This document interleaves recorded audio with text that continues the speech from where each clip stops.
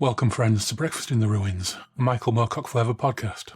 On the show, Don Falcone returns to talk about his musical memoir, One of the Spirits Burning, detailing his epic journey as the hub and centre of the Spirits Burning space rock ensemble across 30 or so years and 22 albums, with more to come, and his musical relationships with greats from Blue Oyster Cult, Hawkwind, and many others.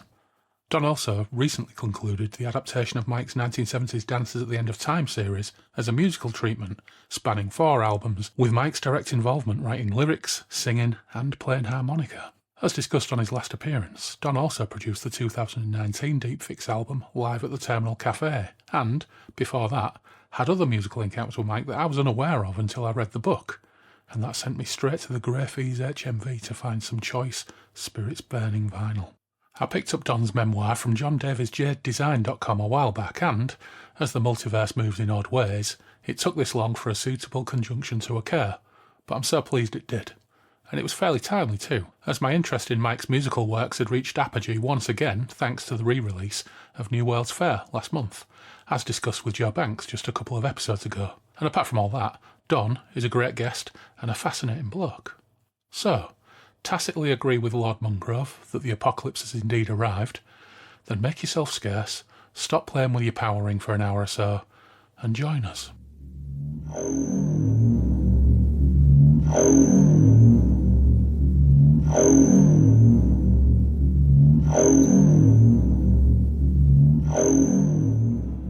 Well, we're back in Derry and Toms, and welcome back, Don Falcone. Good to be here. Hi, Andy. Don, it's been 5 years. 5 years since the last time we spoke. When I looked at it, I couldn't quite believe that 5 years have gone by. But you've been very busy in those 5 years. Yeah. It includes some things we talked about that were upcoming. Yeah. And then we've had, a lot of things have happened in the world, and a lot of things continue to happen. Yeah. We were still in on-off COVID lockdowns the last time we spoke, from memory. Yeah, I think, it was 2021, or I think early in the year, if I remember correctly. Yeah, February 2021. And I think at that point, there was, you could go out to a restaurant and eat outside. Yeah. Or you could pick something up and go to the park. Yeah. And I was still working remotely. So I'm sure we'll cover some of the things in my life outside of music that has changed, but I'm no longer working a day job. That's one major change. Yeah. So you no longer, I'm going to quote something from your book here, you no longer have to do stand-up scrums. I no longer do. Brilliant. Although, the concept and some of the practices are ingrained. Yeah. And I don't quite go to the length. I knew some, but I think I mentioned in the book, my memoir, but there was one person at Dolby who he and his wife used Agile and Scrum for their daily, weekly duties, and who would cook dinner, and so on. Yeah, well, as somebody who works in, my job is in government, and the project management methodology is embedded across everything. So, I'm not saying that reading your memoir was like reading about work, but just for a split second, it was like reading about work. No, there's a chapter that briefly talks about the whole idea of what Scrum is. And yeah. I laughed at it. Don't worry. I didn't roll my eyes. I just read it and laughed at it. Yeah. So you've been very busy. You've concluded the epic undertaking of adapting Dances at the End of Time trilogy into 4 albums in the end. I think in February 2021, I don't know if that was even a possibility in your mind, but close to 5 hours of music over 7 years with Mike intimately involved across 4 albums. And as if that's not enough, you've released your musical memoir, One of the Spirits Burning, which I have right here. We were just talking about that a second ago because I was playing the CD that came with it, and we'll talk about some of that, of course. But for those that may not have listened to the last podcast or be aware of Spirits Burning, because I think when we recorded that, it was maybe our 20th or 21st episode, and we're into the 130s. Wow. So there are people who listen to the podcast who haven't delved that far back again. So as a way of getting people up to speed, How would you describe the Spirits Burning project that you've been the heart of for 20 plus years? Yeah. Well, 20, probably like 27. Mm. Because I think it was right before the turn of the century. Hmm. I sent out an invite to get people to celebrate space rock. Um, I I can actually make a connection to something. So Mike, talking about Michael Moorcock, Yeah. Mike wrote a foreword to the book, Hmm. and in the book he made a comparison of Spirits Burning to New Worlds, Mm. and in the same way. He was an advocate or ambassador of the new wave of, let's say early 60s science fiction writing, especially in England. That is what I, not making the connection when I was doing it, but that's what I was doing for the space rock world. Yeah. We were coming, toward the end of the 90s when there had been a lot of American bands and a lot of British bands, highly influenced by everything from Hawkwind to Porcupine Tree and Pink Floyd and other bands. And I had decided to try gathering these people together. Yeah. And so I think Mike does nail it that in retrospect, I became an ambassador on some level of space rock and trying to bring together all these different musical voices. Mm. It isn't lost on me that that's gotten harder to do, and I'm not doing it in the same way. So to Mm. answer your question, initially, Spirits Burning, the modern version, because there was an 80s band, Spirits Burning, I was in, but the modern version was a space rock collective. And while I still am comfortable saying it's a space rock collective, it's grown to where it's doing everything, space rock, prog, there's bits of folk, there's new music, there's bits of post rock. There was even one album that attempted to be rock in opposition. How well I did that, that's a whole nother question. But I think the other thing that's happened is to maintain it as a band. And when I invite all these different people, there's become a necessity to have more bigger names or some known musicians so that a label has interest. Mm. And what you then have is less of the tiers under that, where in the beginning, there was like startup bands, people I would invite because you can make the case, so was I. Mm. We were all in the same boat. So it's gotten harder and harder to be that ambassador of space rock, and I'm not really sure if I even would call myself that right now. Mm. And what I am finding, at some point we'll talk about things I'm working on in the future. Uh, we have an album coming out, Spirits Burning Bridget Wishart. It's the fourth one of those, and there's only 12 musicians on it. There's Right. not the 30 to 40 that Yeah. typically is on a Spirits Burning album. Yeah. And there's a future album. I don't know if it's probably next year, but Spirits Burning and David Jackson from Vandergraaf Generator. Yeah. So he's showcased, and there's probably only a dozen people on it.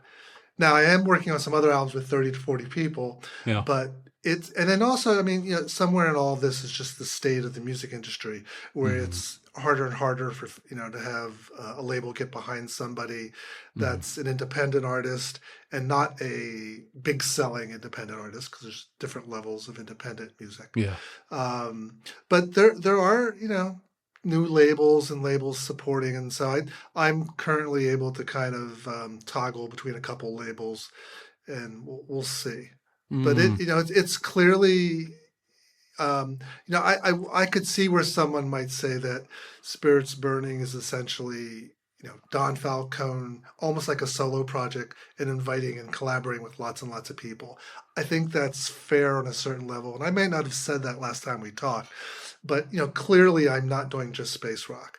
And then we might get into what is space rock, because that's a whole other aspect. You know what? of it. I was going to ask you to define space rock for people who haven't got a clue what space rock is, but before I do, I mean, I think in terms, I mean, just across the albums of yours, of the Spirits, because I mean, let's face it, Don, you're the hub at the center of the spokes of the wheel, aren't you? So the amount of variety, in the music. Some of it's folky, some of it is like I can't remember I think, I mean, you refer to it in the book when you were, and we'll talk about this a bit as well, perhaps, when you were producing what's really technically the third Deep Fix album live at the Terminal Yeah, Cafe. yeah, So, that some was. some I of would say that those like was musical Americana. influences. Yeah, that Yeah. was Americana. Yeah, so I was Because struggling for the right expression, but the use of fiddles and all yeah, of those different things. Yeah, Americana. So yeah, it's not just purely space rock. But for those who don't have a fucking clue what space rock is, now let's face it. A lot of people listen to this podcast. They know the Hawkwind, they know the Blue Oyster Cult, yes. they know New World's Fair and all that business. But for people who don't, people who are just readers who listen to this podcast, what are we talking about when we talk about space rock? So I'll give you what I think is the standard definitions, and then my definitions. Some of which I did cover. I think there is one place in the book I talk about what is space rock, but you know, space rock inherently was music that really sounded spacey, but it was still rock. And Hawkwind, where Pink Floyd could have long songs on the Ummagumma metal periods, really trippy and often kind of bluesy and slow. Mm. Hawkwind was really the best example, and I think it's the one that survived, where they were mixing kind of Black Sabbath and Tangerine Dream was the way Yeah. I used to describe it. Where it was, Lemmy was on bass at some point, and it was heavy and driving, and there's a stoner side to it, there's a hard rock side to it, but then there are these audio generators, and then over the years the audio generator stuff changed to synthesizers, and by the time you get to the 21st century, there's a moment where Tim Blake's playing theremin, or the guitar type keyboard on stage. So there's, for me, when I was, in my teen years and listening to Hawkwind and other people, I was, I don't know if I want to say flexible enough, but I understood or came to the conclusion that space rock could be that side musically, but also it's the concepts of what you're singing about and playing about. So in that sense, I was comfortable, when Mike's album, The Deep Fix, it doesn't really sound like space rock Hawkwind, even though there's a couple people from Hawkwind on it, but it is science fiction based. And then you have, Robert Calvert's Captain Lockheed and the Starfighters. Again, there's a couple songs that are kind of space rocky, but it's almost like you start to make the definition be wider. And for me, at some point, I started buying every album by anybody who had been in Hawkwind, who they were with before, who they were with after. And, there's moments where maybe the before and after were spacey, but not necessarily. But it all became part of a family and, kind of, I don't know, contingency of music related to space rock. And then when I started Spirits Burning, there was a guy from Europe named Knut Gervers. I know he played,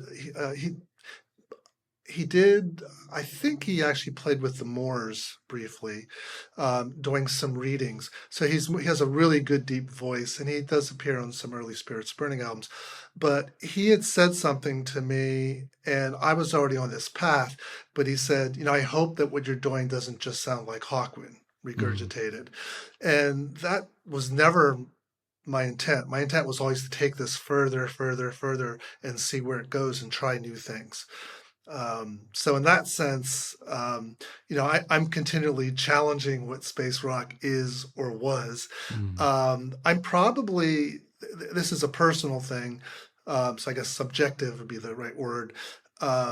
Progressive rock, or what people call prog, to me changed its meaning where progressive should mean you're able to progress, you're able to grow, try new things. So what might be progressive for one band or artist might not be for another band. But it doesn't have to be weird time signatures, lots of notes, lots of changes, or even long concept albums like The Lamb Lies Down on Broadway with Genesis. And I kind of felt that space rock could do that.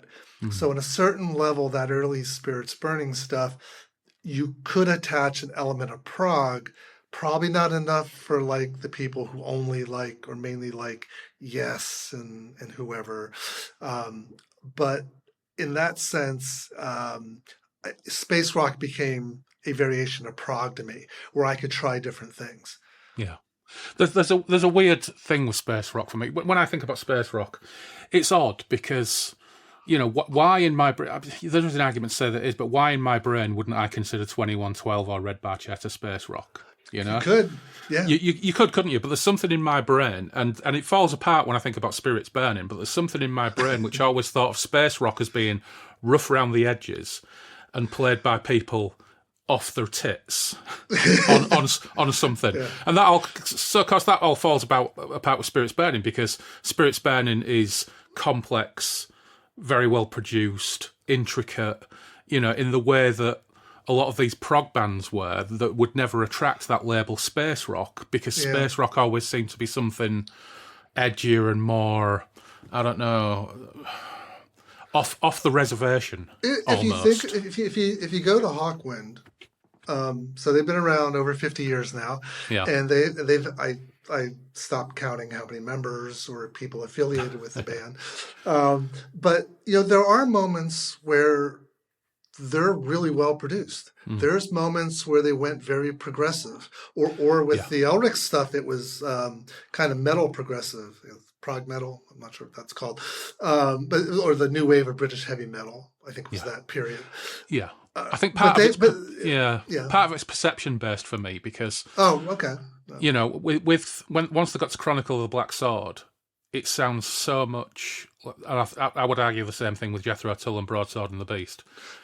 The production and the keyboard sounded so 80s that they kind of drove away all of the interesting stuff that was in those bands in the 1970s that was more musically complex and interesting, even if that was from time to time, even if that was like what technical musicians would consider slight mistakes, or the stuff that makes music live and breathe for me, There was an aspect with early Hawkwind, especially given how they were playing audio generators. Anything could happen. So even though it was, if you want to call it, it's not really a synthesizer at that point, and even when they had their early synthesizers, it was kind of more organic. And that is a challenge. Like, how do you do something that you're producing? How do you deal with, like you're doing effects, like, I'm going to take this piece of audio and reverse it, because I don't have a tape machine, something like that.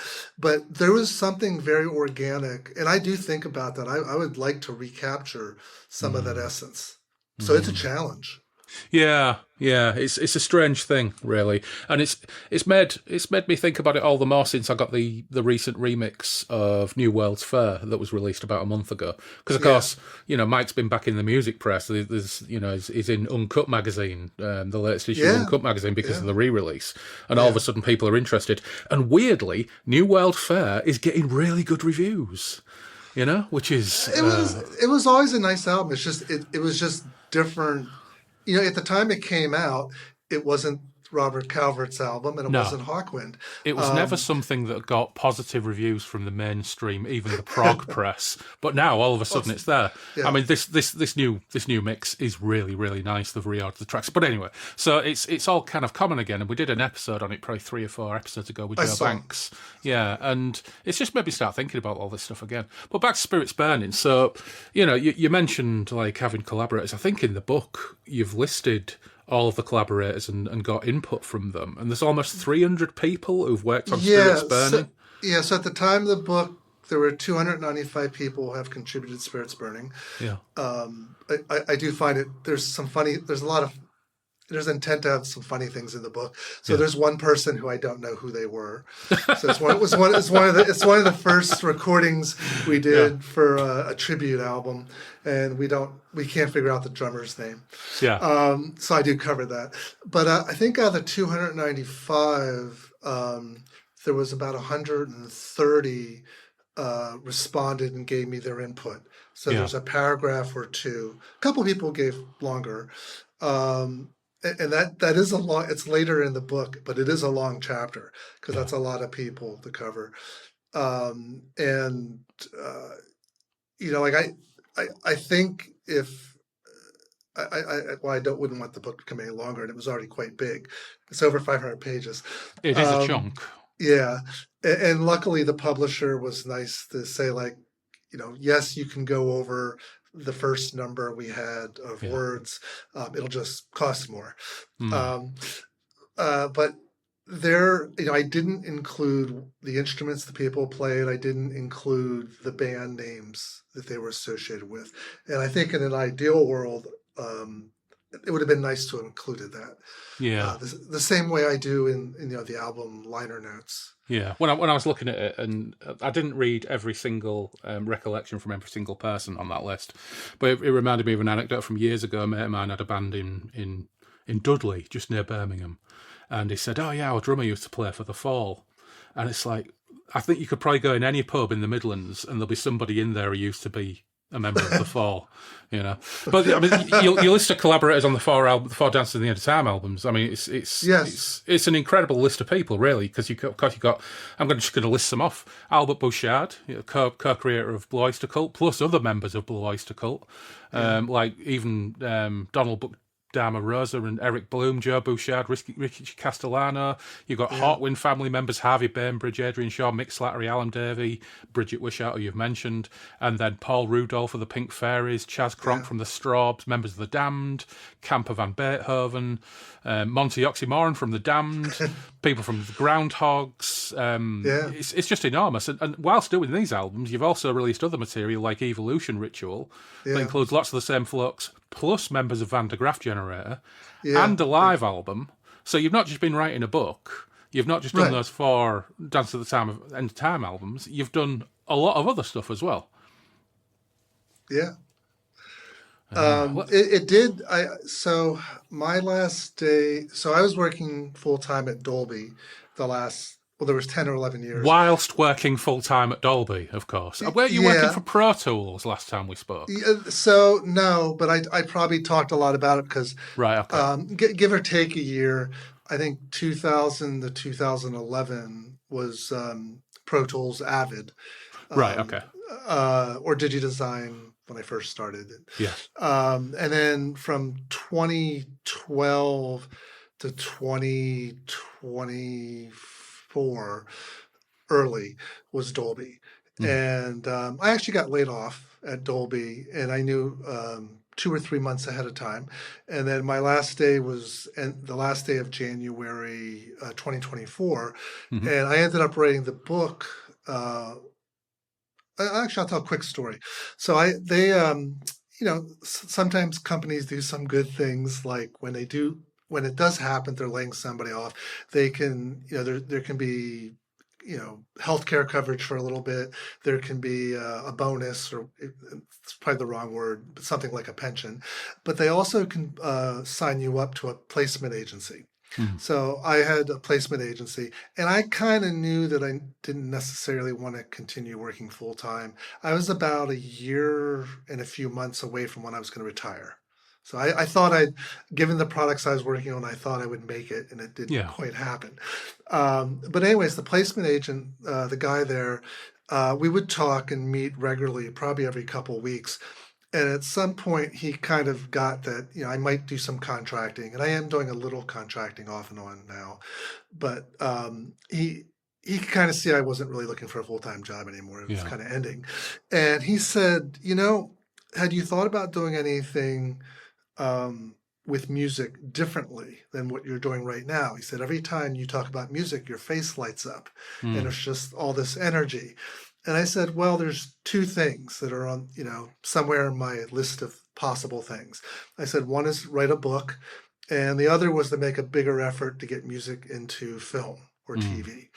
So I did meet with a lawyer, got some contacts, and I really didn't delve too far into the film TV thing. That's still on my back burner to do a better job of someday. But in terms of the book, I knew there's a drummer who's played in Spirits Burning named Paul Sears, and he had been in a band called the Muffins, and he had written a memoir for Stairway Press. And so I asked him a few questions about, how did you go about it? What can you tell me about Stairway Press? And he put me in touch with them. I kind of, gave them my idea, and they said, go for it. Mm. And so that's how the book came about. And it probably was written, I kind of already knew in the back of my mind some of the things I wanted to do Yeah. with it. And probably only took about 3 to 4 months to write. But there was a month or two waiting for Mike's foreword, Hmm. Al Bouchard's little part that he wrote in there. And then there might have been a couple other stragglers giving opinions in that chapter about contributors. Right. Okay. Okay.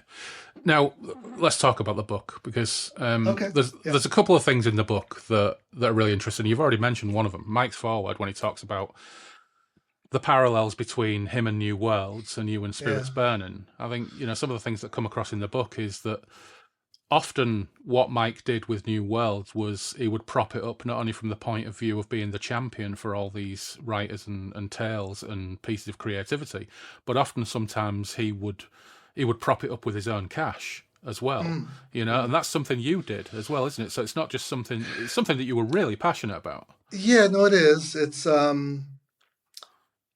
the first thing is the non-cash side of things, I guess. Just doing this on your spare time and spending Yeah. hours and hours on it, and not getting, you're not getting paid for that.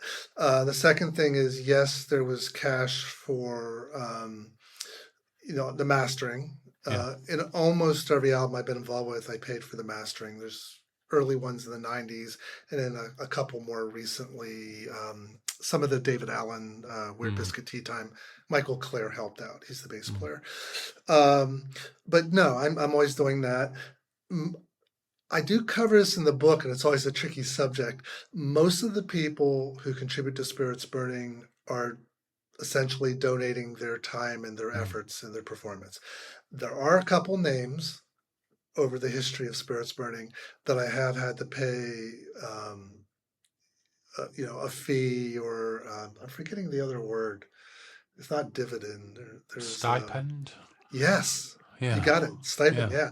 And then there's a couple people who are in the music unions that, and one person, without getting into names, actually gave me a break and said, well, half of that.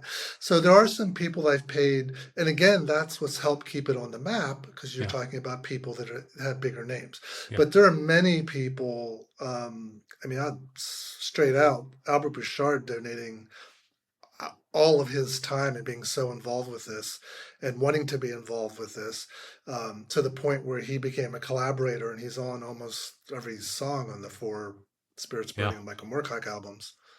Yeah.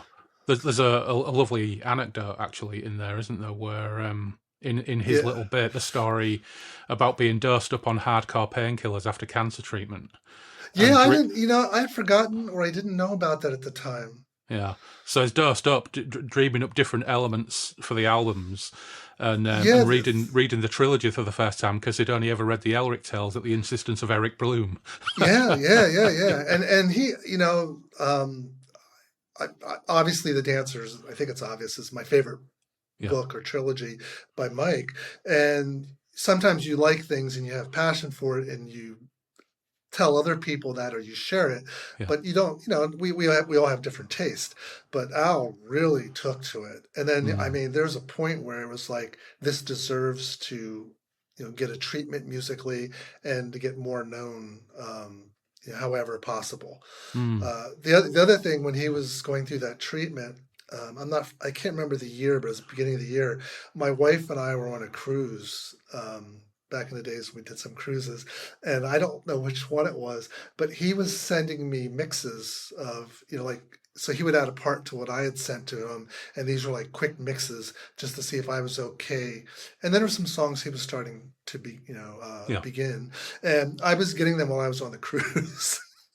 So here I am in the middle of somewhere, I can't remember where, and I'm, listening, when I could get internet service and so forth, and it was kind of very interesting. But he really dove into it. He also suggests that originally the idea for An Alien Heat was it would be instrumental, but he encouraged you to go vocal. It was the opposite, and it wasn't quite that. Right. So what it was, I'd call it a misunderstanding. So I had asked Mike about doing it, and I had been working on An Alien Heat for almost a year. And there was my friend Doug Erickson had started 3 songs, uh, and then I had started, I don't know, it's somewhere between 4 or 5 songs, and I Mm. invited Al to be on a song. Okay, and Al came in and then asked to be involved, as much as possible, and I was gladly. So what did end up happening on the first 3 albums, maybe even all 4 albums, is you usually would have 2 or 3 songs started by Doug Erickson, and then the other remaining half by me, half by Al would start to pieces. Yeah. But somewhere in that first album, I was concerned about songs having too many vocals, and maybe it's the thing you get into with the Chronicle of the Black Sword, where you get into like people's names Yeah. being used in songs, and I hadn't quite fully, let's say, gotten comfortable that this was really becoming like a musical, Mm. and in places you could have mentioning people's names, or they would even be singing to each other. And so there were a couple songs where I thought maybe it would be better to be instrumentals, Mm. whatever they were covering. And I think Al really pushed a bit more to have all or mainly vocal pieces. Right. And I in the end, I will say I accepted that. Yeah. But I don't know if I think over the 4 albums there's maybe a couple instrumentals. Mhm. There's not many. And then the other thing, I remember there's an instrumental when the point where Jarek and other dancers, discover the aliens. And it's the most beautiful music ever. Mhm. Although then it turns out that they're actually guns. But uh, Yeah, I think in his foreword, Mike actually refers to it as an opera, doesn't he? he does. Yeah. I'll give you. There's one other word that popped up that was different for me, and I've actually started using it a little bit. And I don't know if it's more of an English thing, UK English, or even maybe with writers. But he, instead of saying that there were 3 books or the trilogy, he would use the word sequence. Yeah. And that was different for me. And it's Yeah. really interesting also because as a musician, everything from sequencers, with arpeggios, Yeah. to a sequence of events or whatever, or music events.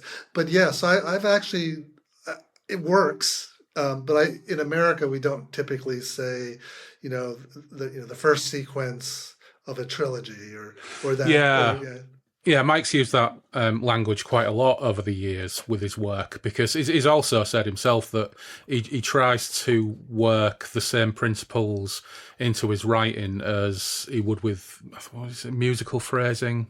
That kind of thing. He's always been like a musical thinker, in his words, when it comes to his writing. So the idea that he would use the term sequence rather than trilogy, or for even worse, quadrilogy, which is probably one of the worst things ever invented to describe a sequence of books. It's just so ugly, such an ugly. That's a weird one. Yeah. Yeah, but it does happen. One of the other things he says in the foreword, he says, by the 1980s, with the fading away of our best sounds from most radio, we had to look for and make our music ourselves. And though we could play whatever we liked, we ceased finding radio stations or venues which allowed us this privilege. And the golden age of music was over. And for Don, that was almost before it began. So you've got this wonderful way of expressing this kind of like generation gap, with almost a line in the middle in the 80s where, I mean, shit, Don, I live in the UK. I've never been able to find the music I like on the radio.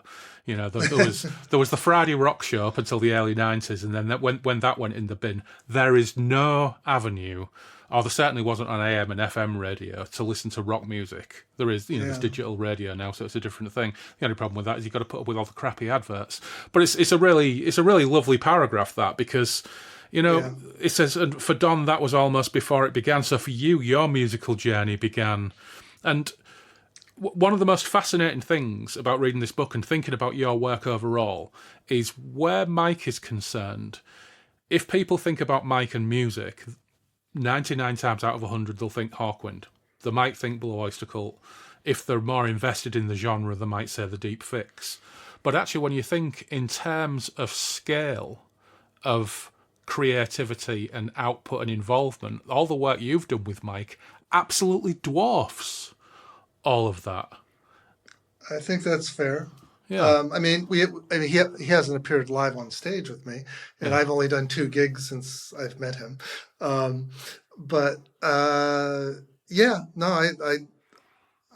What I do see happening slowly and kind of surely is that you will have articles include spirits burning, but not always, and I think it's just implying, which is true, sometimes not at all.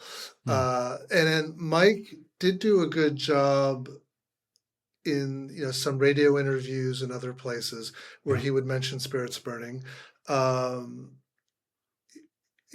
Linda, his wife, wrote a really nice, I wouldn't call it a review, but an overview or description of the book. And kind of imploring people, like, you really should get this. It's really good. There's one thing that Mike didn't include in the foreword, it was for him to write whatever he was going to write.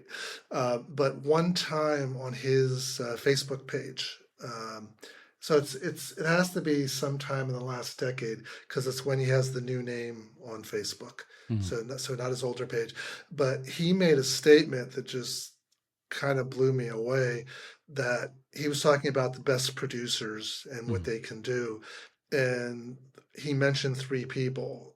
One was Brian Eno, one was me, and I forget who the third person was. It had to be somebody he's worked with or knew of, so I'm not sure. But to be put in that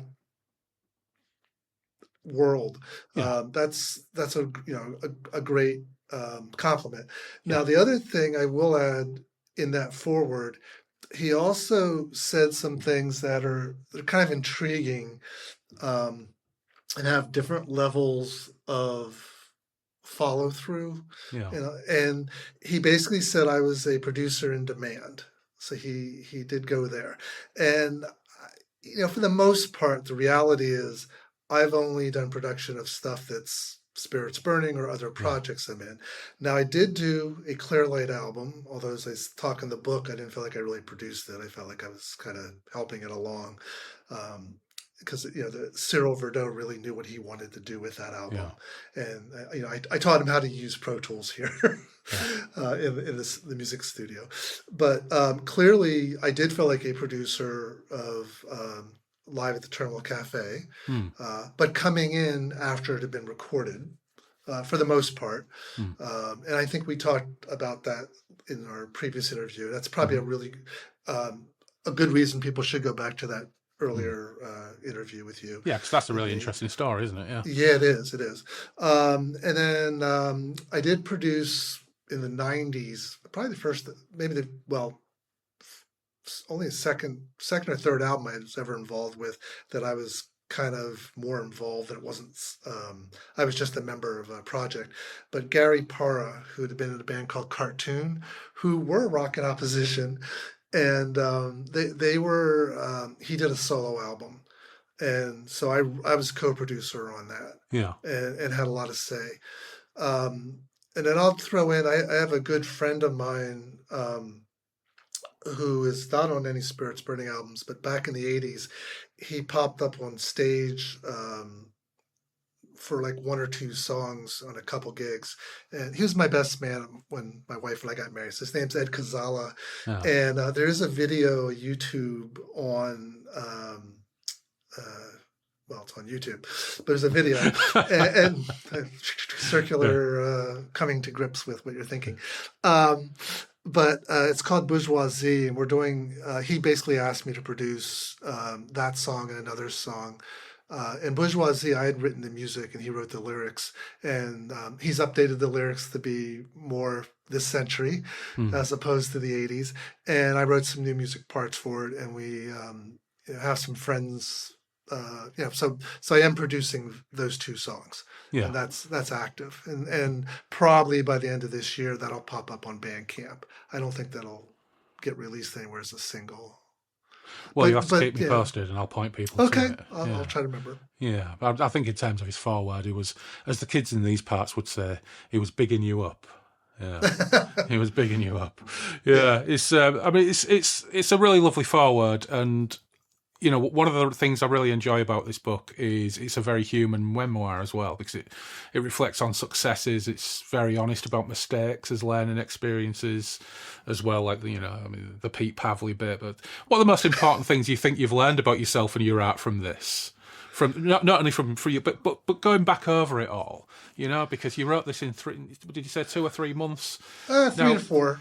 Yeah. So reflecting back on it, what are the biggest lessons that you would pass on to somebody who was trying to do the same kind of thing that you're doing? I do think it makes sense to be planning ahead of time, and so I knew for a few years that I wanted to write something that included some of the strange things that happened, that might be entertaining. So that includes, I guess I'll mention one. That was, I used to sing a song back in the 80s, and actually did in England when we did 2 gigs in 2017, The Unknown. And in The Unknown, there's a line, we take from the world and give, we take from the hand and give to the world the unknown. And I would, as I just did, you can see I put my hand forward. So I thought at some point it'd be good to like throw something. And so I used to, I'm all of a sudden forgetting what I used to throw. Oh yeah. So I used to throw those little Starburst candies. And this is back in the 80s. So about 3 or 4 gigs, I would throw these little Starburst candies that kind of taste like plastic with a little bit of flavoring. Yeah. And I don't know why I was doing it. It was something. It was, and I also didn't sing without playing bass or keyboards very often. So it was a period, was one of the few songs where I was like just out in front singing. Yeah. So there was one gig where I had forgotten to get the Starburst. So I went down the street, found a store, they didn't have them. So I bought a Milky Way. You can kind of see the Starburst, Milky Way. Yeah. Okay. And we weren't a space rock band, but whatever. So we do the gig, I get to the part and I throw the Milky Way. And after the gig, this girl came up to me and she was really cute and I was single, and she said, hi, can I talk to you? And I was really excited, like, wow, there's like somebody in the audience that's not one of my friends wants to talk to me. And she said, why did you hit me in the head with a Milky Way?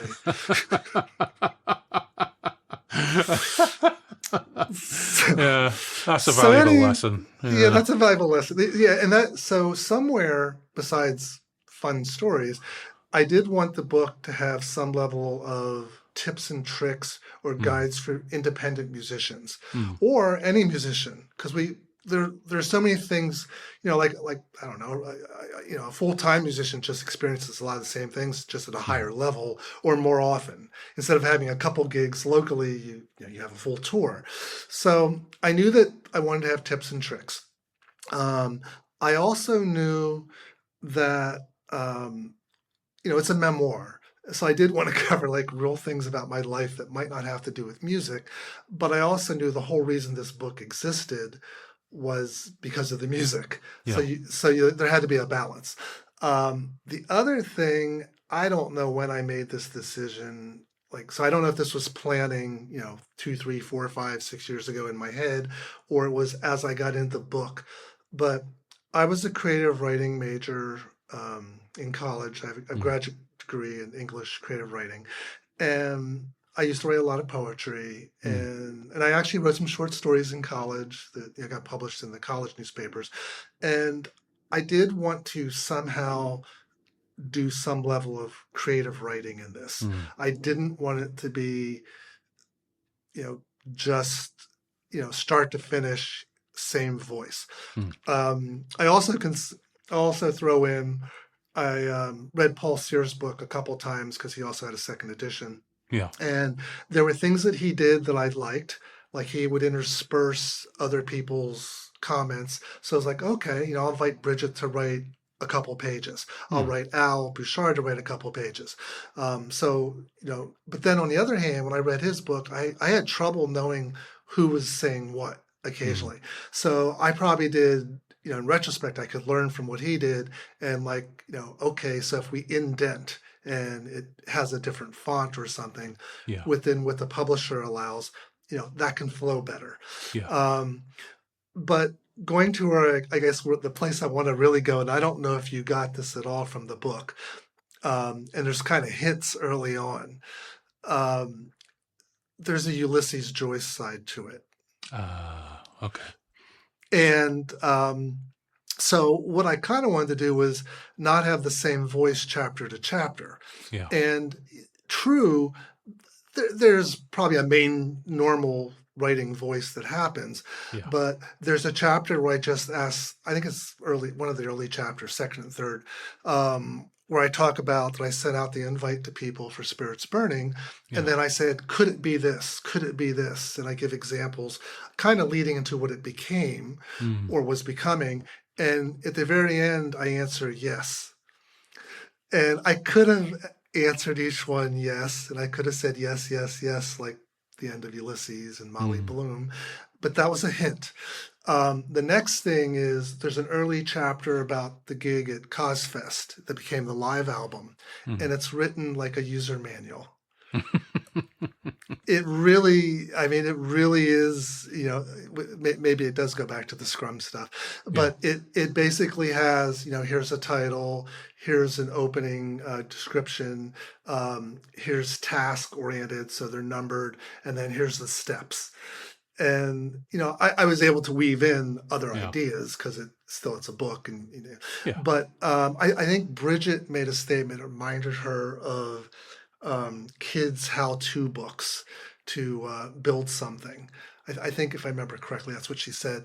But it was meant to be like a manual or a guide. Yeah. So then at some point there's the chapter that is the most personal chapter. It's called The Incident. And it was something that happened to me in my late teens. And that one is written very experimental. I say right from the beginning that, when I'm talking about me, I use the word he or him. And it's also not linear. It probably drove my sister crazy because it wasn't linear. She would prefer reading something that's more linear. That was on purpose to kind of build almost like a mystery of what happened, what is the incident, and I keep giving pieces and pieces and pieces. So that was somewhere in the back of my mind was the Ulysses Joyce thing, and then maybe just to end, this part of the conversation, my friend Ed, who I mentioned earlier, he actually was the main editor for me, so he volunteered, and I know he made a statement when the book was done. He thought I did a good job and covered a lot of good stuff. He kind of wished there would have been more, if possible, given it's already over 500 pages, but a little more of my personal journey. Yeah. So there are things about me that, there's always going to be. We have long lives with very, lots of details, but there are some things I could have gotten into that I didn't. Well, you know what? There's always a second book, isn't there? I'm wondering if the publisher will ask for a second edition, but then knowing that this is so Paul's book, I don't know. Paul's book was much, not quite as big. I want to say it was somewhere 200 to 300, and he had a second edition. I did do some planning research where I looked into the current book and at the end of the chapter, is there a half a page or 2/3 of a page that you could plop something in and then not add extra pages? Not increase the page count, Or do it to a lesser bit creative formatting. Some of my favourite moments in the book are just the small snippets from your life or letters to loved ones. Taking Vicky to the Blue Oyster Cult and Sabbath gig in 1974 and having a warned off by your dad. Oh yeah, God. It's just all stuff. We've all been a teenager. We've all, and the best of us have all been teenage Blue Oyster Cult and Sabbath fans. So it's so identifiable, And before we get to Bubbles, there's your recipe for spaghetti and anchovies. Oh yeah. Now, sell anchovies to me. Before I do that, are you familiar with Frances Mays?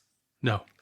Okay, so she's mentioned in the book at one point. She was my advisor at San Francisco State University when I was doing my graduate program, and she has a book called Under the Tuscan Sun, or that was the movie name. So you may have heard of the movie, but her book was basically, so she was a poet, still is, but her first book, which was a bestseller, was lots of poetry, lots of recipes. And then her moving to Italy and her husband, getting a second home outside the U.S. But that whole concept of having recipes, so that was my moment to have a recipe in the book. But sell anchovies to you? No. I do mention in passing, so when you have pizza, are there things that you don't like on pizza? No, I'll eat anything on pizza, but... I would possibly stop short at anchovies, but it's such a long time. I have had anchovies on pizza. In the UK, right, when it comes... You're only going to get anchovies on a pizza if you go to a really hardcore Italian restaurant that does proper Italian-style pizzas. Right. You're not going to get them from takeaways. You're not going to find anchovies on pizzas in takeaways. Yeah. So I have had anchovies in the past, and all they tasted of was salt. Yeah, I got two different things I want to talk about real quickly. So one is there's two types of anchovies, technically. There's the ones that are in the can, which are salty. Mm-hmm. But then there's the ones that are, I don't know if they're called pickled, but they're white anchovies. Yeah. And I don't really like them as much. They don't do much for me. They look nicer. They look less threatening. But the other, and this is the crux of why I probably included that recipe versus any other recipe, they're my go-to when I get into a discussion of like something I don't want on pizza. So if somebody in the room says, I'm not really big on mushrooms. That's a good example. So if someone says they want mushrooms on the pizza, and I said, okay, let's have anchovies. 9 out of 10 times, it's like, okay, we're not going to have mushrooms or anchovies. Yeah. That's, so you could probably make, I don't know what other foods, I'm not thinking of things on the top of my head, but if you were sharing something, you could probably what could you, this is where I'm using the book as tips and tricks or a guide. Yeah. What could you use the go-to to ward off something evil that you don't like to eat? Yeah, that's fair. One thing I've got to say is if you include a recipe in your book, so understanding the context is really important, because if you put a recipe in the book, in any book, which is boil spaghetti, add canned anchovies, cheese optional, it's the most student recipe. Yes, it's also like it's I mean it's a brain dead recipe. Yeah, it's not like I had any of my mom's Italian cookies that would be like if I had more room in the book. It's a joke. Yeah, clearly, but there is a purpose, that like, hey, it's my way to ward off things I don't like on pizza. There's a reference as well. It says, spaghetti and red sauce.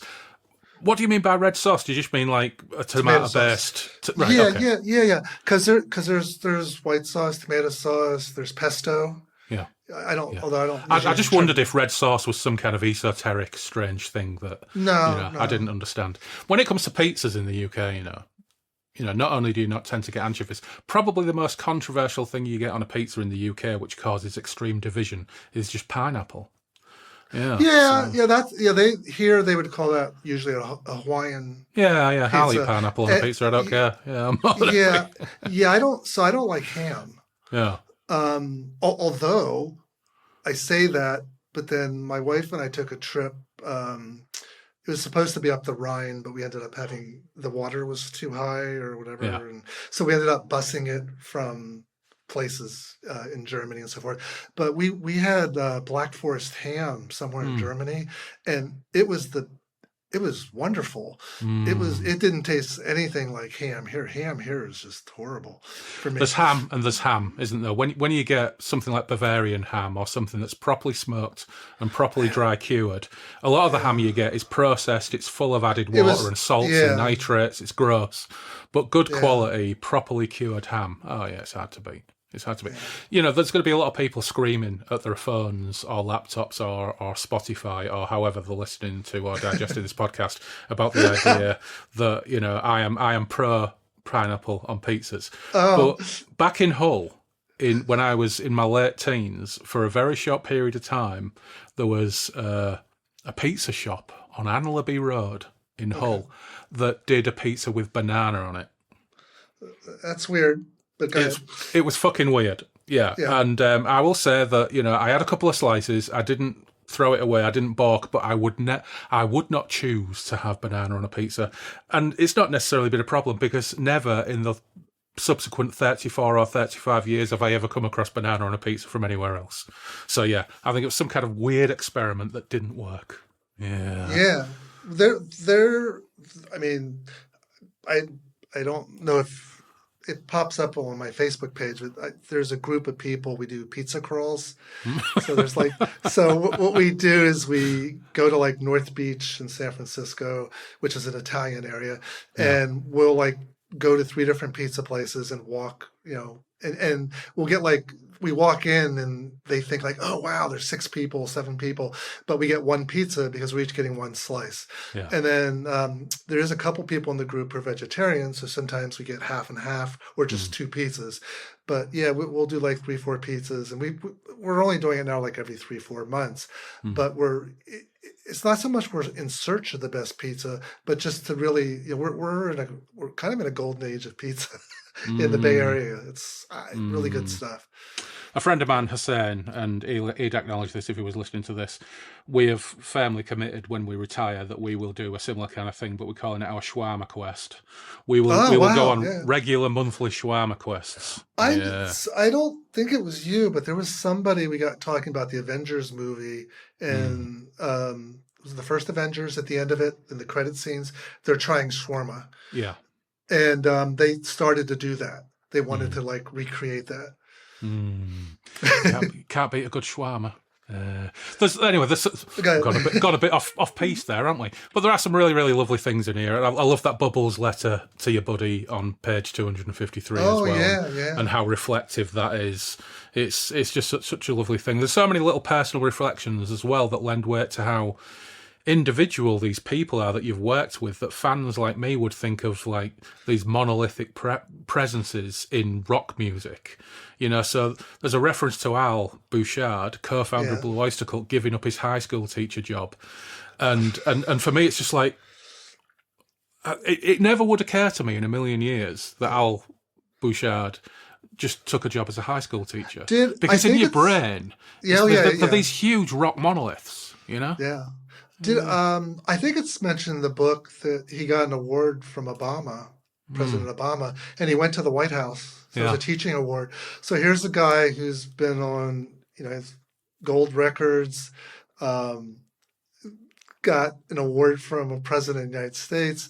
And then he actually, besides his ongoing projects, he's in a, I guess I'd call it a choir, but they've sang the national anthem at New York Mets baseball games. Yeah. It's kind of, he's amazing. I'll leave it at that.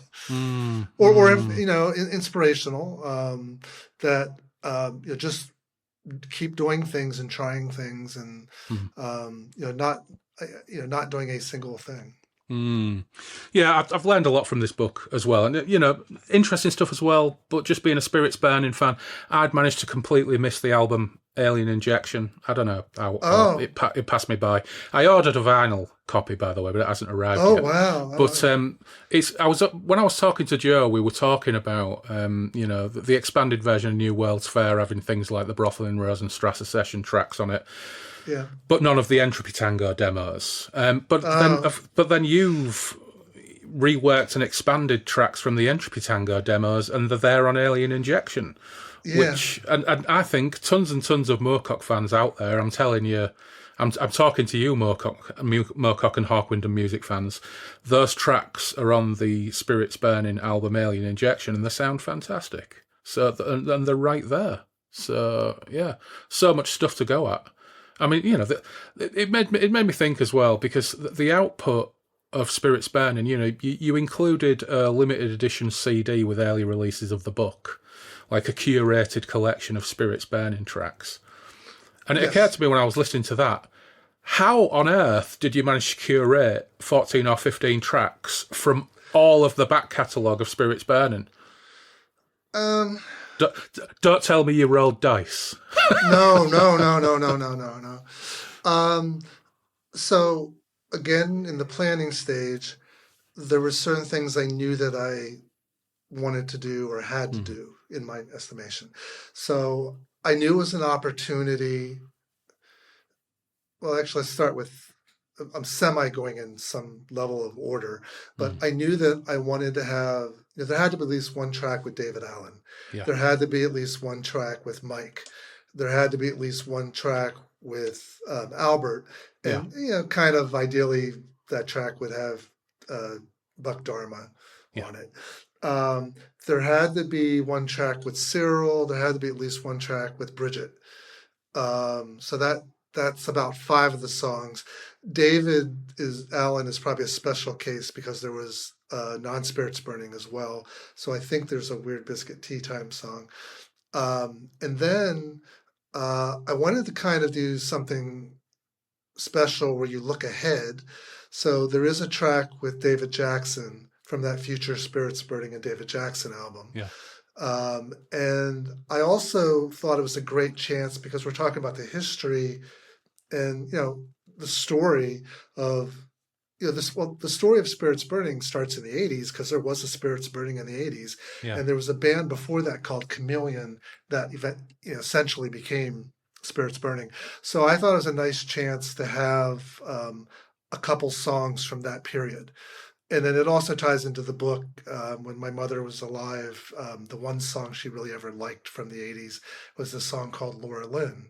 And so, that was from the band Chameleon and a session we did at San Francisco State University because they used to have, students could bring in bands and we did a session there and, you get a free demo. And then there was my wife, before we were married a few years before that, she was the sound person for a version of Spirits Burning. I think it's 1987, but she worked at a place called Hyde Street. There were 2 rooms, and one of them was run or rented by Sandy Perlman of Blue Oyster Cult fame. So he's the one really behind the Imaginos story. Yeah. And she was in the room across the hall. Well, actually, she was more of, I think she was like, when you walk into the place, she'd be the person in the front. But she was able to, she accumulated some free time. And so she brought the band in. And so there was a song called Spirits Burning. So it seemed like, well, that would make sense to be on this compilation. And then there was 1 or 2 unreleased songs. One of them was Persian Cat that Karen, again, my wife, we had a little band in the early 2000s we were contemplating and nothing ever came of it. Yeah. But it was myself, Michael Clare from University of Errors and Weird Biscuit Tea Time, Karen, and then a guitar player friend of mine named Jayde, who's been around over the years. And there was a song called Persian Cat that I thought was one of the best songs I ever wrote in the 80s. And I actually got rid of my keyboard part. I didn't think it was very good. And I got rid of Jayde's guitar part because I thought it was kind of interesting just to hear Karen in a folk setting, strumming, guitar and singing. Yeah. And then a bass guitar. Michael Clare, they played. So that's on it as well. But that's kind of how, I wanted a little bit old, a little bit of the best of, and then at least one thing looking ahead. I'm trying to think, did Nick Turner is he on one of the songs or not? He might not be. I'm actually doing a real quick look at the book in the back. Yeah, there's a fun Nick Turner story in there as well, but we won't spoil it for anybody. Yeah. Yeah, I'm just looking over the track list now because my eyes are absolutely terrible and the writing is extraordinarily small. But it's a really, really lovely collection. Yeah, there are 2 songs in there that are just like, I think are really, really good Mm. that were, oh, that was the other thing. So there's some vocal songs and then there's some instrumental songs. And Mm. so by the time you get to the instrumental songs, there is a song from, you mentioned Evolution Ritual before, Mm-hmm. and that has Peter Knight on fiddle from Still I Span. So that was, Ah. along with the Mike live at Terminal Cafe, kind of shows a little bit of the folk side. Yeah. And then there is a song with my brother David. That was Oak, Elm, and Spruce. Mm. And then Bridget, Astral Fish was, so there's actually two tracks with, at least two with Bridget, because Astral Fish is this project that we had that was showcasing or highlighting her iwi, electronic Mm. wind instrument. Ah. So it's an almost all instrumental album. Yeah. Yeah. So in actual fact, not only is this a really lovely collection, it's actually got some stuff on there that you're probably going to find it pretty hard to find anywhere else, or maybe even impossible. I can tie this to Mike's world real quickly, and I don't know if you know this or not, so this might be news. When you buy the book from the publisher, that's Stairway Press, that's in the United States, you get the CD. Yeah. If you almost anywhere else that you buy it, you don't get the CD. Now there is something in the back that says you can, send money and get it from Stairway Press. But there is one place in England that you can get it. John Davy's Jayde Design. Correct. Which is where I got it. It is where you got it. Good job. Yeah, okay. Yeah. Only because you tipped me off. Oh, I did. But, okay. But I spend a lot of money on stuff from John Davey. Davey, who's an absolute bloody legend to anybody who collects anything vaguely to do with Moorcock. Love Jayde Design. Love John. He sent me his most recent novel. He's done a follow-up to one of his earlier novels, which I need to get round to talking about more in more detail in this podcast. Absolutely brilliant bloke. So yeah, I've just recently picked up a load more Time Centre Times issues from John, and yeah, that I would recommend if you're in the UK. John Davy's Jayde Design, definitely the best source for this and anything else, even vaguely related to Moorcock in the UK. And did you say Stairway Books?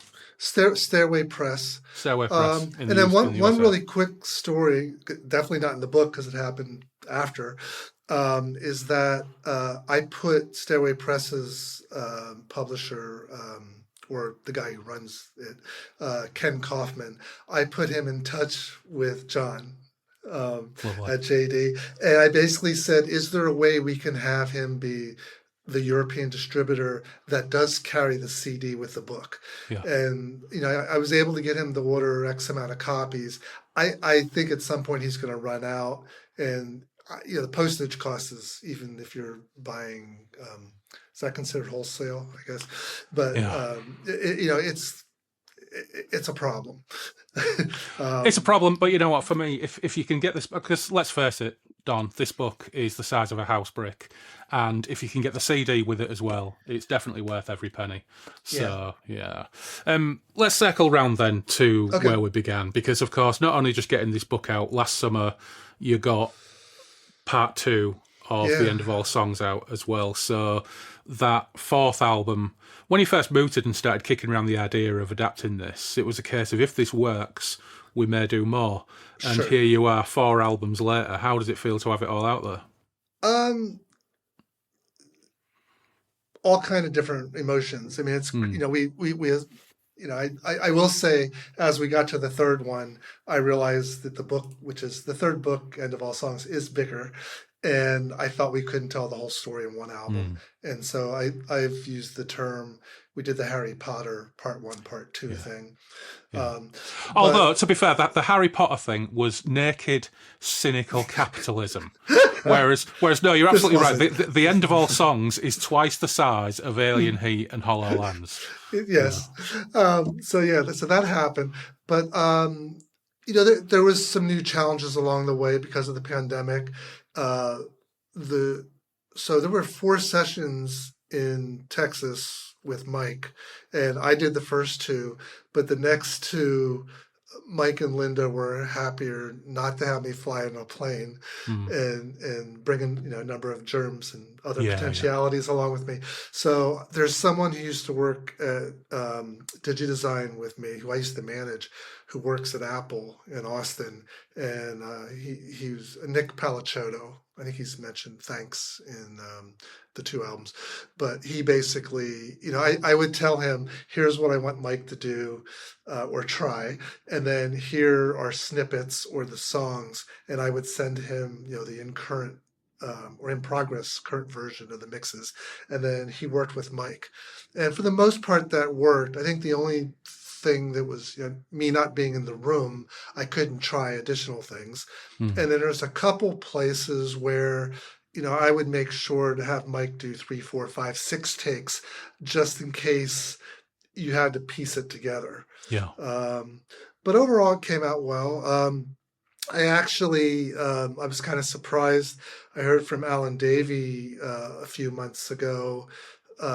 So he's former bass player with Hawkwind and has projects like Pink Fairies that Mike's on the new album. And between Al and Mike, they asked me to get in touch with Nick so that he could do the recording for Mike singing. I guess it's Motorhead. And a couple I just listened to it a couple of weeks ago.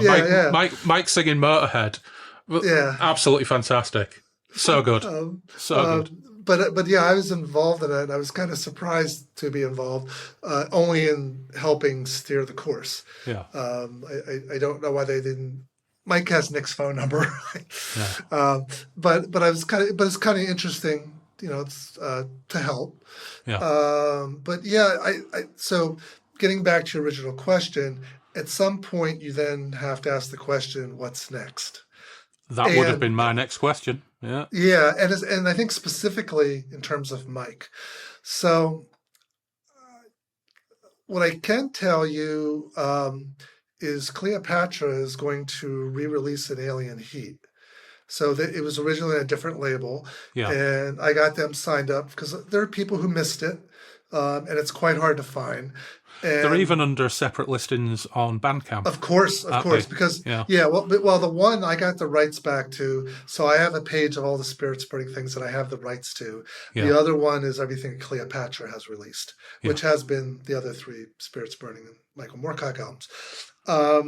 So I actually thought it would be good for them to have all 4. What that means in the future, like, hey, a box set. If somehow I could get someone to do a graphic novel, and how Mike gets paid for that, who knows? Yeah. But it's staring us in the face, so that could happen someday. Well, if there's a box set of all the vinyl, I'd be all over it like a rash. So that does bring up that an Alien Heat re-release will be on vinyl for the first time, but it's only 9 songs, like the other albums. You pick the right 9 songs to tell the story, but there will be a vinyl version this time. The other change is that lessons learned with the first couple albums, each song now has like a little scene description, so those who haven't read the book or aren't quite up, have trouble understanding what the story is, that seems to have worked really well. And then we're releasing that lyrics book online so that anybody who buys it, because the lyrics couldn't fit on liner notes. And then the fourth thing that's real small is the original artwork was actually more purple than blue. And for whatever reasons with the manufacturer that was used by the label, it came out in blue, and the blue's wonderful, but the purple's kind of even cooler. So I don't know how it'll render with Cleopatra's manufacturer. So it might be the purple edition. And then I guess the last little story for that is Mike really wanted to do a new piece to add to it. It's already pushing up against the CD limit. It's like high 70s. And then it would have also cost money for me to get it mastered. I'm toying with the idea of maybe doing a song that maybe is a bonus track on the digital album, because what he wanted to do was a reading that I think it's the reading that's what's in the original trilogy, if I remember correctly, and then have music underneath, which I could do. But that is happening. It's probably like about probably around August, September. Oh, lovely. The other thing is Mike is in a really good place that he wants to sing more and do some stuff. Clearly, that's what's happening with Alan Yeah. Davey. So I am toying with maybe writing some things that work for him and see if he's up to it. Mm. Meanwhile, Pete Pavley, Mike and I have been in touch, and Pete is working on potential. I guess this would be, I'm not sure what number album you would call it, but a new Michael Moorcock and the Deep Fix. Yeah. And then I would be involved on some level after whatever they do. Yeah. I don't know what that necessarily means, but I said yes. But I'm not involved in starting pieces at this point Yeah. or playing them. And I know Pete these days probably is doing more guitar, maybe bass and synth Mm. or keyboards. He's not really playing as much, viola or violin type things these days. And then the last thing I can think of that ties in with Mike is I think what is also staring us in the face is the concept of Dancer at the End of Time being a musical. Mm. And that would start, I guess, with me doing a libretto. And at that point, I've kind of put off some of this because it's also hard, like you don't want a musical that's 10 hours long or whatever, but joking, but you kind of want three, parts. Usually two probably would have been better, but there's three books, and somehow can you have them be 40 to 50 minutes maybe each one, picking the best songs that tell the story. What is the story or stories you're telling? Because the books have many stories. There are many aspects to it. Like, would you totally skip certain things like the nurse, that whole aspect? Although that becomes important because the final repeating of time is based on things learned from the nurse. Robot nurse, for those who remember that. But where this would really go would be me starting this, presenting to somebody, them buying into it. I'm not sure who they are. I'm putting in quotes while we're talking, and putting the money that then would go towards Mike. Yeah. And then you get into everybody who's written songs and gotten composition credits and so forth. So whether this can happen or not, it feels like a long shot. I could almost make a case that if someone knew the books, it becoming an episodic more likely. But we know the history of that for all of Mike's stuff. Nothing has come to fruition that I know of. The rune staff, the Hawk Moon, the whatevers. So that it's on my mind. I have a long list of other things I'm working on. There's the David Jackson album. There's a heavier Spirits Burning instrumental album. Promoting all these things. The new album with Bridget. We're now talking about another Astral Fish album. So the thing that I would have Mike sing to, I'm going to go back to that. It's always a question how much I want to go into detail, because you're like, not that I guess I am hiding certain things, but I kind of want to do something that's more folkier based, but still the lyrics and the words are more about space. So it's almost another attempt at acoustic space rock. Yeah. But where Evolution Ritual was instrumental, this would be more like a bunch of people who gather at a house and have to keep quiet because they have neighbors.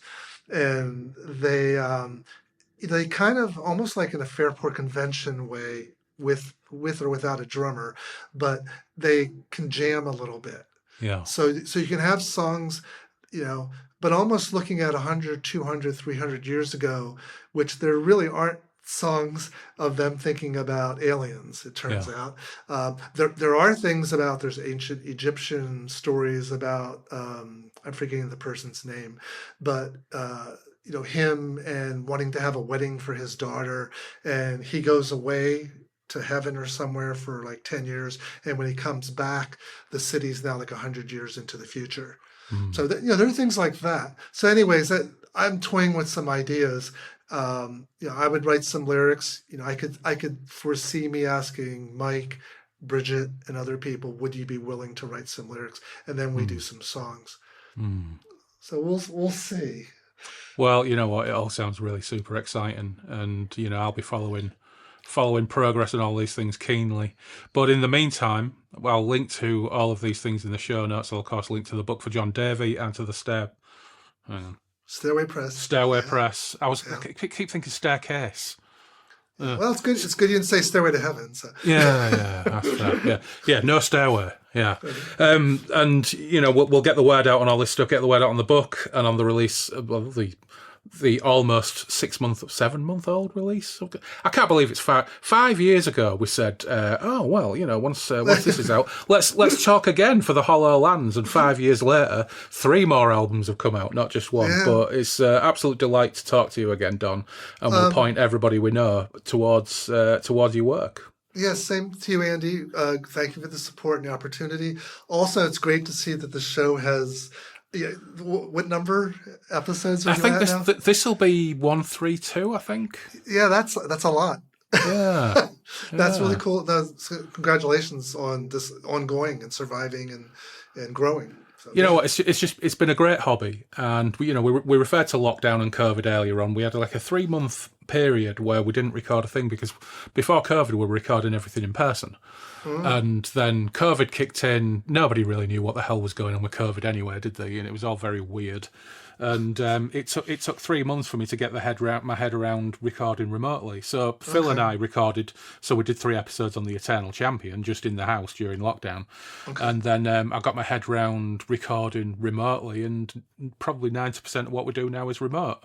And it's been, because it's just a hobby, it's just a hobbyist podcast, but being able to hook up with people on the other side of the world and talk about all these things, people in Australia, the USA, we've got friends in, Lithuania, Sweden. It's been really, really rewarding. It's been fantastic. Yeah. So the fact that it's still going is a really wonderful thing. And thank you for coming on again. Okay. Have a great week, and right. Looking forward always.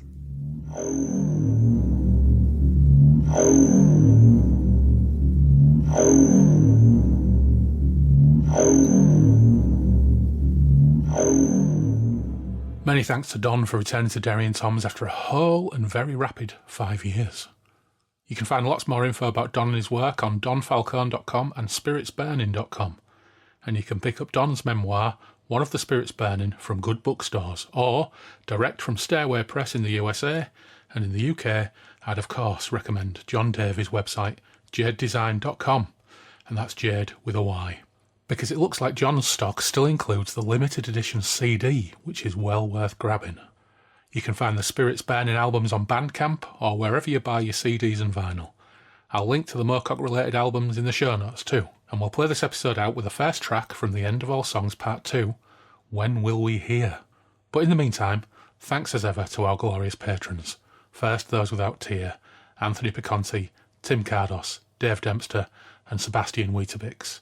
And our chaos engineers, Andrew Clark, Andrew Cicluna, Andrew Spong, Anthony Porter, Benjamin Fletcher, Ben Hagar, Brandon Mays, Dan Charnley, Dave F., Dave Griffiths, Dave Voxman, Gabriel Laycock, Harvey Faulkner-Aston, Jim Kirkland, Jim Jupp, John W. Lays, Jules Lawrence, Mal Pertwee, Matt Saltz, Michael Hopwood, Paul McRandall, PJ Cooper, Rex Osseous Nusquam, Roger McCarthy, Scott Butler, Simon Perrins, and Steve Braun.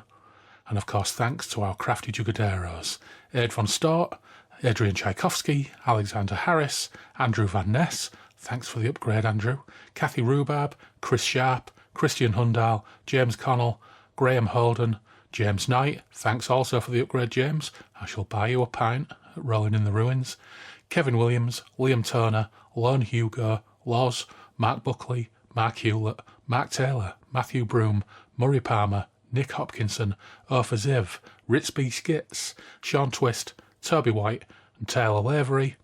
And eternal thanks to our patron demons, Action Edmonds, Alistair Davison, Andy Darby, Brian Henderson, David Lee, Derek Clunan, Fred Quiche, Gareth Wilson, Glenn Sawyer, Greg Faulkner, Gwen Barlow, Ian Stead, Janie Stim, Jason Vogel, Jem Gilbert, Joachim Sund, Joe Monty, Johan Hiapa, Jonathan Sharp, Lee Gary, Liam Jones, Marius Latauskas, Mark Hebden, Miles Reed-Labato, Neil Burton, Paul Hillary, Randall Gatlin, Steve Round, Tom Murphy, Tone Malazzo, the OG patron Norman Beresford, and last, but of course, never least, Robert McMillan. Okay, enough from me. Don't forget you can follow us on Instagram and Blue Sky with the handle @BreakfastRuins. You can email us at breakfastruins@outlook.com. The webpage is breakfastintheruins.com. Breakfast in the Ruins Radio is live on Radio Garden or via the web player at breakfastintheruinsradio.blogspot.com. We have our Patreon page too, of course, and there are a few extra odds and sods on there. But until next time, wherever you are in the world, take care, stay safe, and we will meet again soon on the Moonbeam Roads.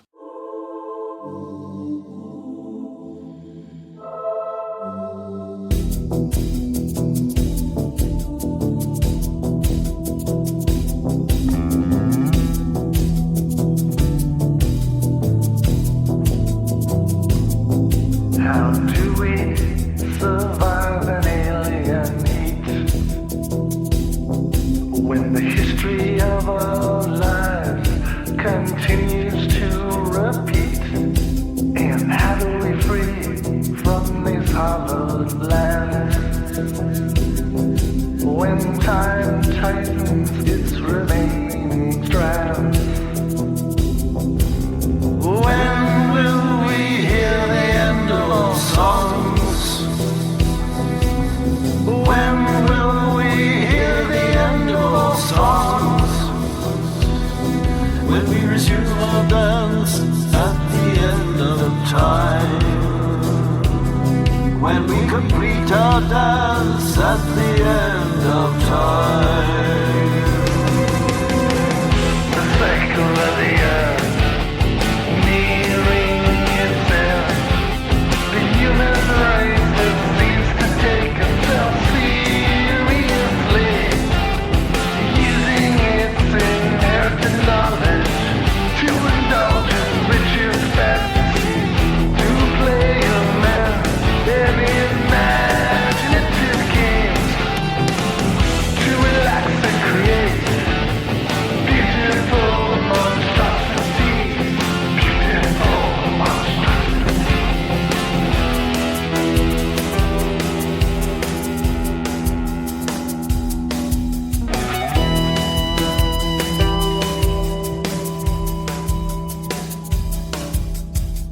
And there's just one of these people, much to his own astonishment, and because he was immersed. How do we survive an alien heat when the history of our lives continues to repeat? And how do we free from these hollow lands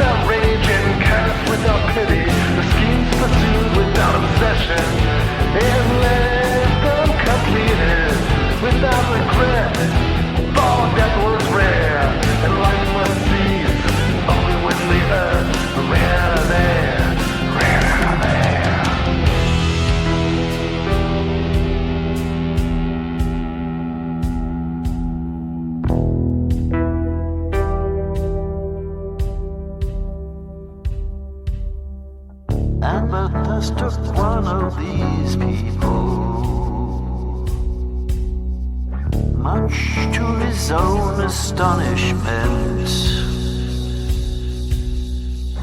And because he was immersed, we have a story to tell.